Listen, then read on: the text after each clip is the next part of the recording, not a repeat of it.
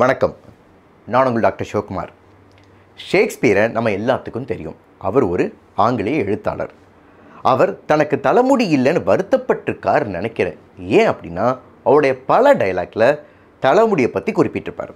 உதாரணத்துக்கு, there is many a man has more hair than wit. பல மனிதர்களுக்கு அவர்களுடைய புத்திசாலித்தனத்தை விட தலைமுடி அதிகம் அப்படின்னு சொல்லியிருப்பார். உண்மையிலேங்க, கடவுள் நமக்கு முன்னாடி தோன்றி உனக்கு புத்திசாலித்தனம் அதிகம் வேணுமா இல்லை தலைமுடி அதிகம் வேணுமா அப்படின்னு கேட்டார் அப்படின்னா உடனே நம்ம கையை தூக்கி தலைமுடி தான் அதிகம் வேணும், புத்திசாலித்தனம் வேணால் கொஞ்சம் குறைச்சிக்கோ அப்படின்னு சொன்னாலும் சொல்லுவோம். ஏன்னா இந்த காலத்தை உள்ளே இருக்கிறத விட வெளியில் இருக்கிறதுக்கு தான் மவுஸ் அதிகம், அதாவது மதிப்பு அதிகம். சில பேர்லாம் சொல்லுவாங்க, 4 முடி இல்லாட்டி 40 பொண்ணுங்க வேணான்னு சொல்கிறாங்க சார், வெக்கமாக இருக்குது சார் அப்படின்னு சொல்லக்கூட கேள்விப்பட்டிருக்கேன். இந்த வீடியோவில் எதை பற்றி பார்க்க போகிறோம் அப்படின்னம்னா, தலைமுடி உதிர்தலோட வகைகள் என்ன, அது எப்படி தாமதப்படுத்தலாம் இல்லை எப்படி உணவு முறை மூலம் தவிர்க்கலாம் அப்படிங்கிறத பற்றி தான் இந்த வீடியோவில் பார்க்க போகிறோம்.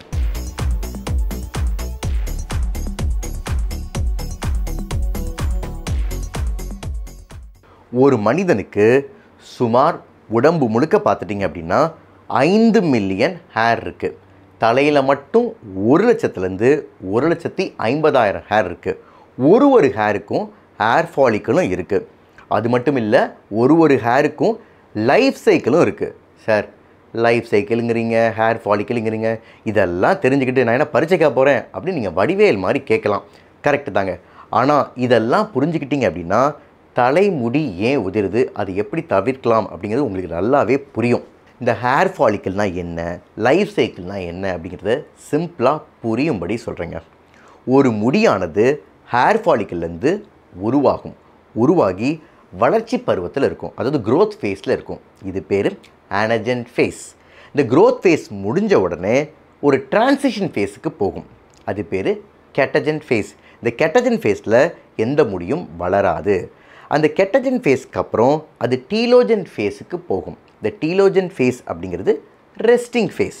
இந்த ரெஸ்டிங் ஃபேஸ் முடிஞ்ச உடனே ஒரு முடியானது உதிர்ந்து விடும். இப்போ எந்த ஹேர் ஃபாலிக்கிலிருந்து முடி உதிர்ந்ததோ அதே ஹேர் ஃபாலிக்கிலிருந்து இப்போ ஒரு புதிய முடி முளைக்க ஆரம்பிக்கும்.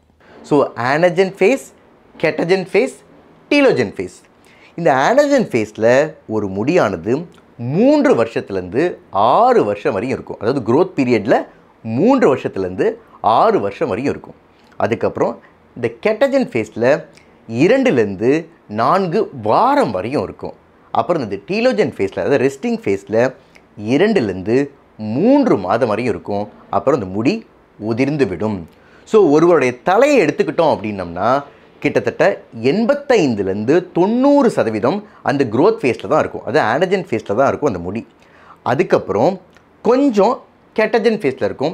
அப்புறம் இன்னொரு 5-6% டீலோஜன் ஃபேஸில் இருக்கும். ஸோ இதனால தான் டெய்லி நம்ம தலை குளிச்சு வரும்போது, தோட்டும் போதோ இல்லை தலை செய்யும் போதோ 2-3 முடி உதிரும். அந்த முடி தான் இந்த டீலோஜன் ஃபேஸ்க்கு அப்புறம் வருது. அதனால் பயந்துடக்கூடாது. நம்ம ஐயோ முடி உதிர ஆரம்பிச்சிருச்சுன்னு பயந்துடக்கூடாது.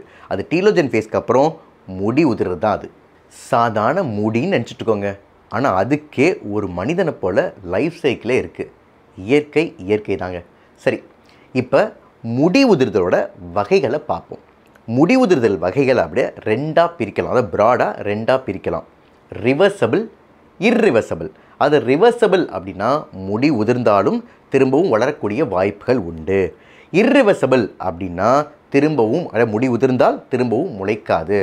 அதான் முளைக்காதுன்னு சொல்லிட்டீங்களே சார், அப்புறத்துக்கு அதை பார்த்துட்டு வேணாம், அதை பார்க்க வேணாம். முடி உதிர்ந்தால் திரும்பவும் வளரக்கூடிய வாய்ப்புகள் என்ன, அதாவது ஹோப் இருக்குல்ல, அதை மட்டும் இந்த வீடியோவில் பார்ப்போம். இந்த ரிவர்சபிள் ஹேர் லாஸில், அதாவது திரும்பவும் வளரக்கூடிய வாய்ப்பு இருக்கே, அந்த ஹேர் லாஸை 2ஆக பிரிக்கலாம். Diffused, localised. டிஃப்யூஸ்ட் அப்படின்னா மொத்த தலையிலிருந்துமே முடி கொட்டுதல். லோக்கலைஸ்ட் அப்படின்னா குறிப்பிட்ட பகுதியிலேருந்து மட்டும்தான் முடி கொட்டுதல். இந்த டிஃப்யூஸ்ட் ஹேர் லாஸில் நம்ம ஃபஸ்ட்டு பார்க்க போகிறது டீலோஜன் எஃப்ளூவியம். டீலோஜன் எஃப்ளூவியம் எதனால் வருது அப்படின்னு பார்த்துட்டிங்க அப்படின்னா நியூட்ரிஷனல் குறைபாடுனால வரலாம். கிராஷ் டயட், சில பேர் உடனே உடம்பு இளைக்கணும் அப்படின்னு சொல்லிட்டு கிராஷ் டயட்டில் இருப்பாங்க, அவங்களுக்கும் முடி உதிர்தல் வரலாம். ஹைப்போதைராய்டிசம், ஹைப்பர்தைராய்டிசம் 2 கண்டிஷன்லேயும் இந்த ஹேர் லாஸ் இருக்கலாம்.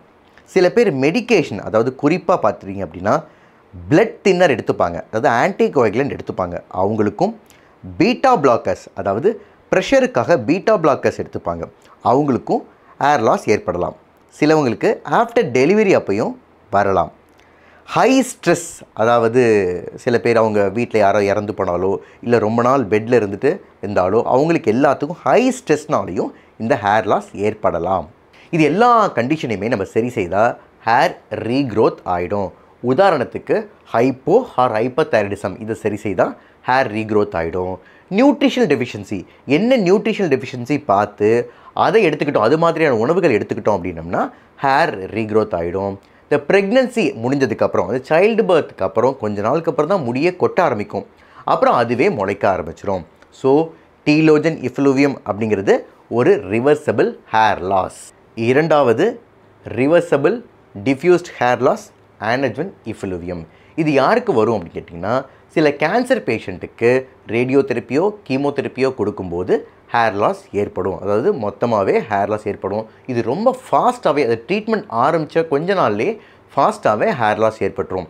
முக்கால்வாசி பேஷண்ட்டுக்கு ட்ரீட்மெண்ட் முடிஞ்ச உடனே திருப்பியும் ஹேர் ரீக்ரோத் ஆகிற வாய்ப்புகள் அதிகம். டிஃப்யூஸ்ட் ஹேர் லாஸை பார்த்துட்டோம், அதாவது மொத்தமாக ஹேர் லாஸ் ஏற்படுற இதை பார்த்துட்டோம். இப்போ லோக்கலைஸ்டு ரிவர்சபிள் ஹேர் லாஸாக பார்க்க போகிறோம். அதாவது குறிப்பிட்ட இடத்துலேருந்து, தலையில் குறிப்பிட்ட இடத்துலேருந்து ஹேர் லாஸ் ஏற்படுறதை ஃபஸ்ட்டு பார்க்க போகிறோம். அதில் ஃபஸ்ட்டு கண்டிஷன் ட்ரைகோடீலோமீனியா. இது ஒன்றும் கிடையாதுங்க, நம்மளே பார்த்துருப்போம். சில பேர் இந்த ஹேரை புல் பண்ணிகிட்டே இருக்கிற ஹேபிட் இருக்கும், அது எங்கே புல் பண்ணுறாங்களோ அங்கே அவங்களுக்கு ஹேர் லாஸ் ஏற்படும். இது ஒரு சைக்காலஜிக்கல் கண்டிஷன் தான். ரிசர்ச் என்ன சொல்லுது அப்படின்னா, ஒரு நாளைக்கு அவங்க 3 மணி நேரம் ஹேரை புல் பண்ணிகிட்டே இருக்காங்க, அதனால தான் ஹேர் லாஸ் ஏற்படுது அப்படின்னு சொல்கிறாங்க. இந்த சைக்காலஜிக்கல் கண்டிஷனை கரெக்ட் பண்ணாவே போதும், அவங்களுக்கு ஹேர் ரீக்ரோத் ஆகிடும் அந்த பர்டிகுலர் இடத்துலேருந்து. இரண்டாவது localised hair loss traction alopecia. இதில் என்னென்னா, சில பேர்லாம் வந்து அப்படியே ஹேரை டைட்டாக பிடிச்சி ஹேர் பேண்ட் போட்டு ஒரு போனி டெயிலோ இல்லை வேறு ஹேர் ஸ்டைலோ பண்ணுவாங்க. இப்போ பாய்ஸ் கூட பார்த்துருக்கேன், சில பேர்லாம் ரொம்ப அப்படியே கிளிப்பெல்லாம் போட்டுட்ருப்பாங்க. ஸோ அவங்களுக்கு எல்லாத்துக்கும் எங்கே ப்ரெஷர் ஏற்படுதோ, அது தலையில் எந்த இடத்துல ப்ரெஷர் அதிகமாக ஏற்படுதோ அங்கே ஹேர் லாஸ் ஏற்படும். அது மட்டும் இல்லாமல் ஹாட் ரோலர் யூஸ் பண்ணுறது இல்லை ஹேர் ஸ்ட்ரைட்டனிங் பண்ணும்போதோ எங்கெல்லாம் ப்ரெஷர் ஏற்படுதோ அங்கே ஹேர் லாஸ் நடக்கும். இந்த ஹேர் ஸ்டைலை மாற்றினாலோ இல்லை இந்த ப்ரெஷரை ரிலீவ் பண்ணாலோ கொஞ்சம் மாதத்துக்குள்ளே அங்கே ஹேர் ரீக்ரோத் ஆகிடும். மூன்றாவது localised hair loss androgenetic alopecia. இது தாங்க காமனாக நம்ம வழுக்க விழுகிறது அப்படின்னு சொல்லுவாங்க. ஆண்களை பொறுத்தவரையும் 50 வயசை தாண்டிட்டாங்க அப்படின்னா 50% ஆண்களுக்கு இது கண்டிப்பாக வரும். பெண்களை பொறுத்தவரையும் 70 வயசை தாண்டினதுக்கப்புறம் தான் 30% பெண்களுக்கு வரும். ஆண்களுக்கு பொதுவாகவே இந்த ஃப்ரண்ட்டில் வரும், அப்புறம் இந்த வேர்டெக்ஸ் அப்படிம்பாங்க இந்த பேக்கில், அங்கே வரலாம். பெண்களை பொறுத்தவரையும் ஃப்ரண்ட்டில் வராது, பேக்கில் இந்த க்ரௌன் பார்ட் அப்படிம்பாங்க அங்கே மட்டும்தான் வரும். இது ஒரு ஜெனட்டிக்கல் டிஸார்டர்.